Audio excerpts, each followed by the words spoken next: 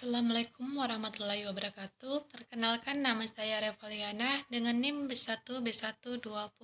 Di sini saya akan menjelaskan tentang kompensasi dan evaluasi jabatan. Yang pertama saya akan menjelaskan apa itu kompensasi. Kompensasi di sini adalah segala sesuatu yang diterima oleh pegawai sebagai balas jasa atas kontribusinya kepada perusahaan atau organisasi. Secara umum, tujuan pengelolaan kompensasi adalah membantu organisasi mencapai keberhasilan strategis dan menjamin hak internal dan eksternal secara adil. Fungsi dan tujuan pemberian kompensasi. Fungsi dan tujuan pemberian kompensasi di sini dibagi menjadi 8. Yang pertama yaitu ikatan kerjasama, kedua kepuasan kerja, ketiga pengadaan efektif, keempat motivasi, kelima stabilitas pegawai, keenam disiplin, ketujuh pengaruh serikat buruh, dan yang terakhir yaitu pengaruh pemerintah. Tahapan kompensasi dibagi menjadi 4. Yang pertama yaitu mengidentifikasi dan melakukan studi analisis jabatan. Yang kedua yaitu mengevaluasi setiap jabatan dengan menggunakan informasi analisis jabatan untuk menjamin terwujudnya keadilan interval berdasarkan nilai relatif dari setiap jabatan. Yang ketiga yaitu melakukan survei gaji dan upah untuk menentukan keadilan eksternal berdasarkan tingkat gaji dan upah dalam pasar tenaga kerja. Dan yang terakhir yaitu menentukan harga tiap jabatan untuk menetapkan tingkat pembayaran berdasarkan keadilan internal dan keadilan eksternal. Metode pemberian kompensasi di sini dibagi menjadi 2. Yang pertama yaitu metode tunggal dan metode jamak. Metode tunggal itu metode yang dalam penetapan gaji pokok hanya didasarkan atas ijazah terakhir dari pendidikan formal yang dimiliki pegawai. Sedangkan metode jamak itu metode yang dalam gaji pokok didasarkan atas beberapa pertimbangan seperti ijazah, sifat pekerjaan, pendidikan informal, bahkan hubungan keluarga ikut menentukan besarnya gaji pokok seseorang.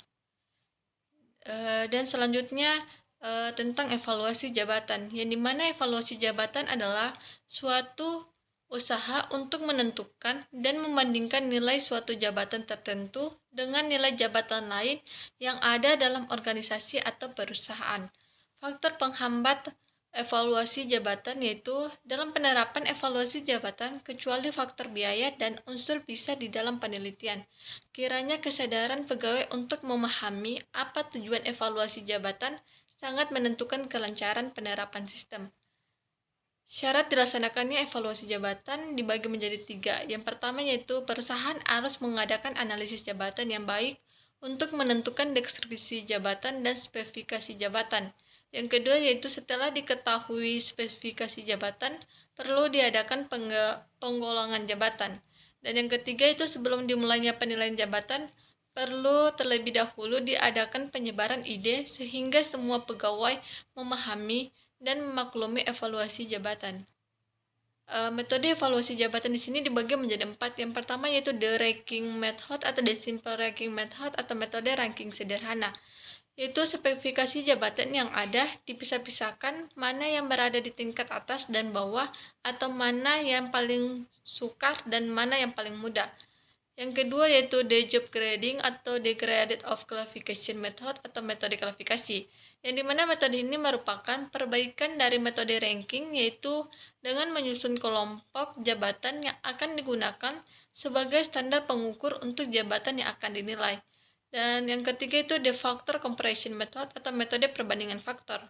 Metode ini lebih kompleks daripada 2 metode yang sudah dijelaskan tadi. Dalam praktiknya kurang disukai karena tidak diteliti pada sistem poinnya.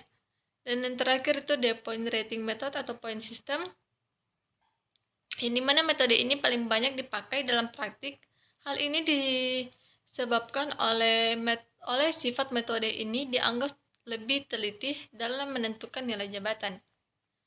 Mungkin itu saja yang bisa saya jelaskan. Apabila ada salah kata atau kekurangan, mohon dimaafkan. Saya tutup dengan ucapan wabillahi taufiq walhidayah. Wassalamualaikum warahmatullahi wabarakatuh.